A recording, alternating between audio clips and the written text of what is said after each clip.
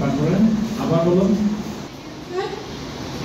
এবং সাধারণ হচ্ছে ব্যাটালিয়ান আনসার, 2 নম্বরে হচ্ছে সাধারণ বা অগ্নিমূত আনসার, আর 4র্থ নম্বর হচ্ছে স্যার ইউনিয়ন ও উপজেলা আনসার। তোমার এলাকায় এখানে কি ভাষা?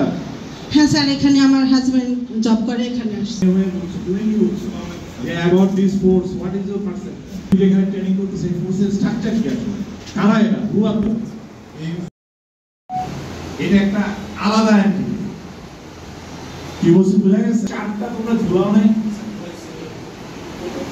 এখানে এই যে তোমরা যে ট্রেনিং করতেছে সেটা কোন চার্টার আন্ডারে দেখলে কিন্তু few just minutes to make the things দেখতে পাবো। Answer has got 3 pillars. 3টা শাখা, একটা শাখার মধ্যে 2টা আছে, একটা ভিডিপি একটা টিডিপি।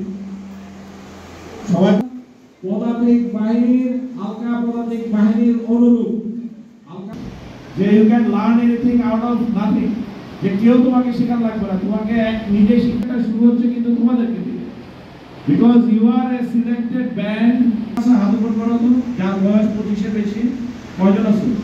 যেটা 5.5 লাখেরও বেশি লোক থাকবে। এখনো আপনারা জানেন যে ভোট কেন্দ্রের সংখ্যা সুনির্দিষ্ট হয় নাই, কারণ রাষ্ট্রের এখনো তো অনেকগুলো আয়োজনের ক্ষেত্রে এখনো আমরা তফসিল পাওয়ার পরে যখন সুনির্দিষ্ট হবে, তফসিলে সুনির্দিষ্টভাবে বলা হবে, তখন সেটার ভিত্তিতে আমাদের চূড়ান্ত। বাট 5.5 লাখের উপরে আপাতত যে ভোট কেন্দ্র আছে সেটা 5.5 লাখের উপরে আমাদের মোটামুটি সারা দেশে। নির্বাচনের প্রস্তুতির ব্যাপারে অনেকবার বলা হয়েছে যে আমাদের প্রস্তুতি অ্যাকচুয়ালি এখনকার না, উই স্টার্টেড আফটার মানে অগাস্ট লাস্ট ইয়ার, মানে গত বছরের অভ্যুদয়ের পর থেকে আমাদের প্রস্তুতি শুরু হয়েছে। কারণ আমাদেরকে নতুন করে সংস্কারের মাধ্যমে পুরো বাহিনীকে পুনর্গঠন করে, পুরো বাহিনীর যারা সদস্য আছে তাদেরকে ওভারহোলিং করে, এই যে নতুন নতুন ইয়াংদেরকে, আগে তো ইয়াংরা ছিল না, আমরা গত এই 1.5 বছরে উইদিন দিস টাইম এর মধ্যে এই 18 থেকে 25 এই বয়সের স্ল্যাবের মধ্যে আমাদের নতুন করে membership basic training and advance training গুলো করানো হয়েছে, যেটা অ্যারাউন্ড 1.5 থেকে 2 লাখ অলরেডি আমরা করেছি, এবং এটা ডিসেম্বর জানুয়ারি পর্যন্ত চলবে মেম্বারশিপের মাধ্যমে। তারপরে আমরা এর মধ্যেই আমাদের ইলেকশনের ট্রেনিং যেগুলো আছে এটার সাথে ইন্টিগ্রেট করা থাকে। স্যার আমরা এর আগে